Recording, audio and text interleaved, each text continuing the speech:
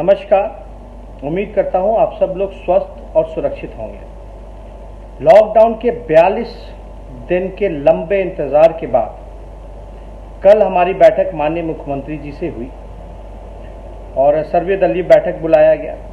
इसके लिए हम धन्यवाद देते हैं।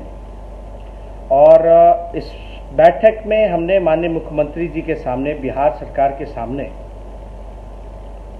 कई सुझाव को रखने का काम किया।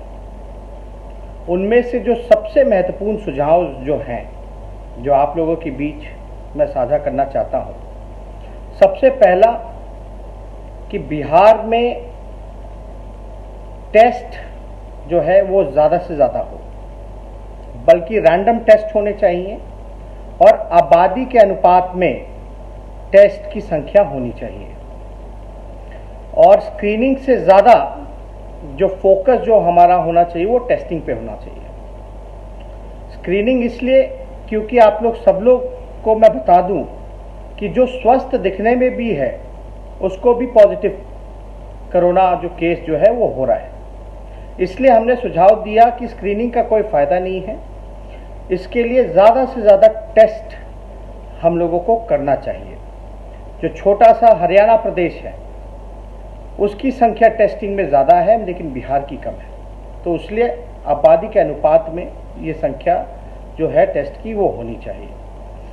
नंबर दूसरा, हमने बिहार सरकार से पूछा कि वेंटिलेटर्स की कितनी संख्या है, पीपीई किट्स की क्या संख्या है और केंद्र सरकार जो है आपको क्या सहयोग किया है, इसमें आप पूरा ब्यौरा आप जो है खुल करके बताइए। कितने पीपी किट्स मिले हैं, यानी डॉक्टर जो हैं कई वो उनको पीपी किट्स नहीं पहुंचे हैं, और वेंटिलेटर जो है बहुत ही ज़रूरी है इलाज के लिए। तो ये सारी जो हेल्थ इक्विपमेंट्स की जो चीज़ें हैं, सामग्रियां हैं, ये अब तक बिहार सरकार के पास वेंटिलेटर कितने हैं उनको याद दिलाया कि विधानसभा में जब उन्होंने भाषण दिया था तो उन्होंने 100 जो है वेंटिलेटर्स की बात कही थी कि हमने हेल्थ डिपार्टमेंट को कह दिया है।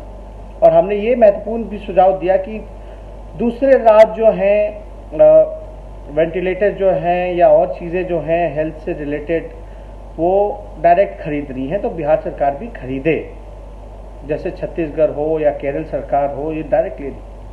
अब इसमें क्या उलझने हैं नहीं हैं, लेकिन बेहतर ये होगा। और साथ ही साथ हमने पूछा है कि केंद्र सरकार ने कितना सहयोग किया, आपको कितने वेंटिलेटर्स केंद्र सरकार ने दिए, पीपी किट्स कितने दिए, टेस्टिंग किट्स कितने उपलब्ध केंद्र सरकार ने कराने का काम किया। और हालांकि जो जवाब मिला उससे हम लोग संतुष्ट नहीं हैं और कोई ठोस इस पर कोई जवाब ही नहीं मिला कि कितने केंद्र सरकार ने क्या सहयोग किया। और हमने ये निवेदन की माननीय मुख्यमंत्री जी से कि और प्रदेश के मुख्यमंत्री जो हैं वो बाहर निकल रहे हैं, लोगों के बीच जा रहे हैं, आइसोलेशन सेंटर्स को देख रहे हैं। हेमंत सोरेन जी को हमने रेलवे स्टेशन के बाहर देखा। केरल के मुख्यमंत्री हों, बंगाल के मुख्यमंत्री हों या राजस्थान के मुख्यमंत्री, हर कोई जो है मुख्यमंत्रियों का एक्शन देख रहा है और खुल करके सामने आ रहे हैं, चुनौती को स्वीकार कर रहे हैं और कमियों को दूर कर रहे हैं। प्रेजेंटेशन हम लोगों के सामने रखा गया, हेल्थ डिपार्टमेंट ने रखा और आपदा के जो प्रबंधक जो अभी जो हेड जो लीड कर रहे हैं प्रतीक जी ने, उन्होंने प्रेजेंटेशन रखी। और इसलिए मुख्यमंत्री जी को हमने बोला क्योंकि जो प्रेजेंटेशन में जो आंकड़े जो दिखाए गए हैं उस पर हम लोग जो है ज़्यादा विश्वास हम नहीं करते। हमने सुझाव में भी बोला कि अधिकारी कुछ और कह रहे हैं और ज़मीन की जो रियलिटी है वो कुछ और है, हकीकत कुछ और है।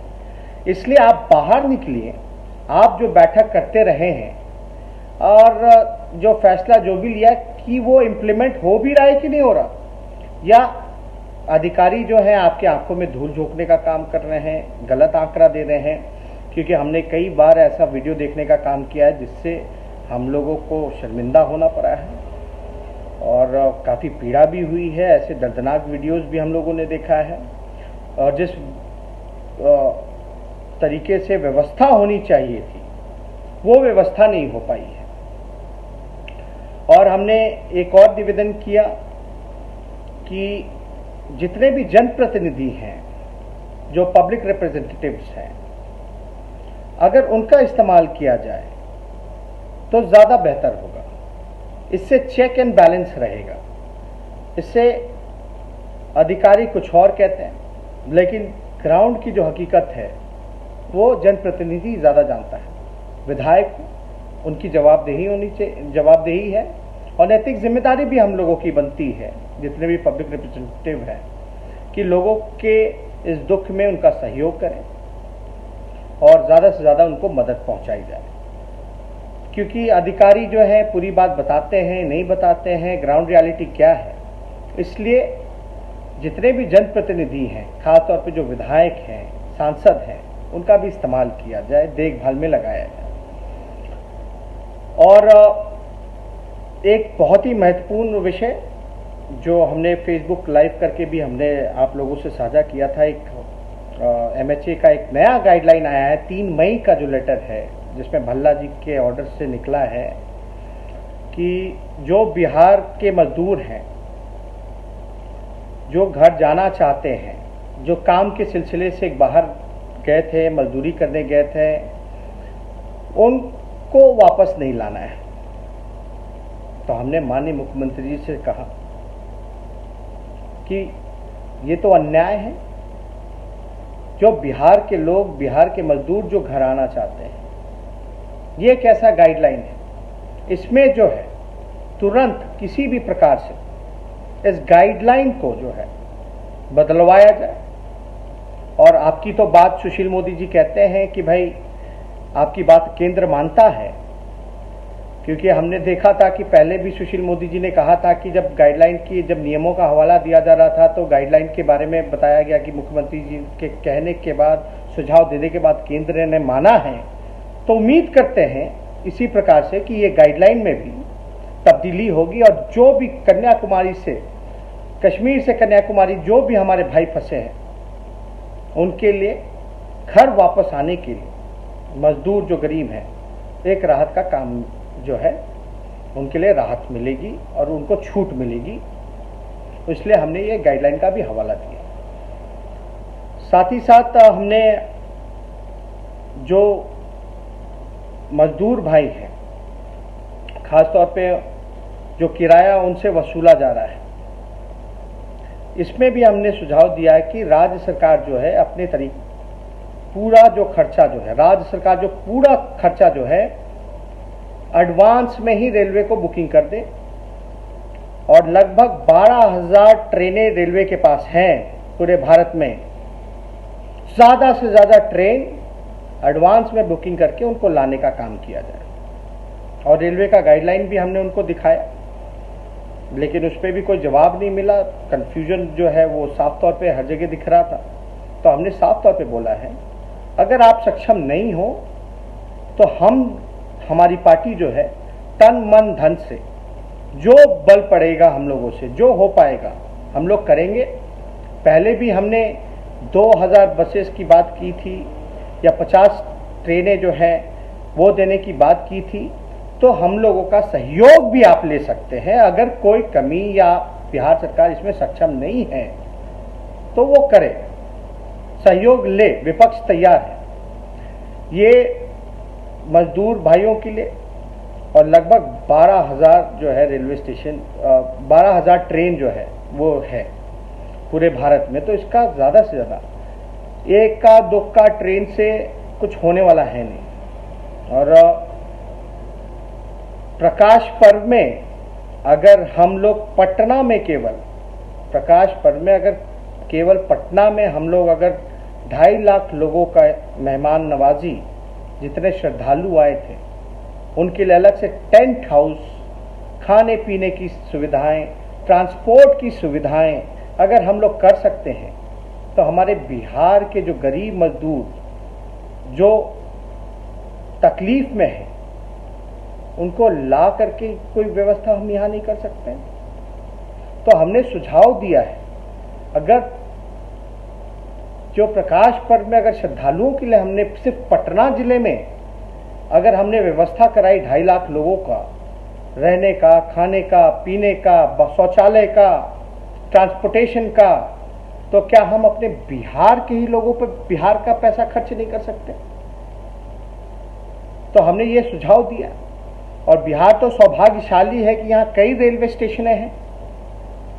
हमने उनको ये भी सुझाव हम देते कि ज़्यादा से ज़्यादा ट्रेनें बुकिंग करके हज़ारों की संख्या में आप लाइए उन मजदूरों को, और बेशक आप क्वारंटाइन कीजिए, उसके लिए आइसोलेशन सेंटर्स बेहतर बनाइए, अच्छे से बनाइए, कोई सुविधा की कमी ना होने दी जाए, खाने पीने शौचालय से लेकर ट्रांसपोर्टेशन का। और इतनी हमारे पास रेलवे स्टेशन हैं। आप पटना एक जिले में मान लीजिए, अगर हमारी संख्या मजदूरों की वहाँ 27 लाख है, अगर 40 लाख भी है बाहर जो फंसे हैं, अगर हम में इच्छा शक्ति, अगर हम 40 लाख लोगों को लाएं, तो हमने ये भी उपाय बताया कि अलग अलग जिला में हम लोग ला सकते हैं। 1-1 लाख भी अगर एक जिले में रहेंगे तो आप समझ सकते 40 लाख तो ऐसे ही हो जाएंगे। क्या एक जिले का प्रशासन 1 लाख लोगों को खाना नहीं खिला सकता, रखने की व्यवस्था नहीं कर सकता, ट्रांसपोर्टेशन की व्यवस्था नहीं कर सकता? तो ये काम जो है, ये सुझाव हमने उनको दिया है कि अगर पटना में इतनी बड़ी खर्च हम लोग कर सकते हैं श्रद्धालुओं का रहने का, खाने का, पीने का, तो बिहार के लोगों पे अगर हर जिला में अगर हर स्टेशन अगर ट्रेन लगा दी जाए और उनको जो है जिला में हम लोग व्यवस्थित ढंग से रख दे, तो मात्र 1 लाख खाता है।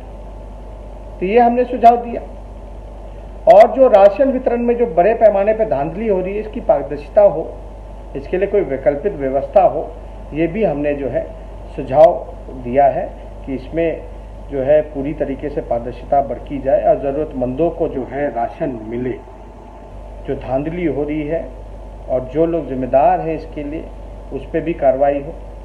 और साथ ही साथ एक बहुत ही महत्वपूर्ण, कोरोना के बाद जो आर्थिक स्थिति जो हमारे बिहार की होगी, जीडीपी, इकोनॉमी, उसके लिए एक बैकअप प्लान भी, साथ ही साथ लॉन्ग टर्म प्लान भी हम लोग बनाएं, ताकि कोरोना के बाद जो है हम लोगों को जो मार जो पड़ेगा, इकोनॉमी की जो मार पड़ेगी और जो व्यवस्था जो बिखर सा गया है, उसको सुधारने के लिए भी एक विचार किया जाए साथ ही साथ, ताकि हम उससे कैसे निपटेंगे। तो ये और भी सुझाव हम लोगों ने दिया थे, लेकिन ये कुछ जो सुझाव हैं आप लोगों के सामने हमने रखा है। बहुत बहुत धन्यवाद।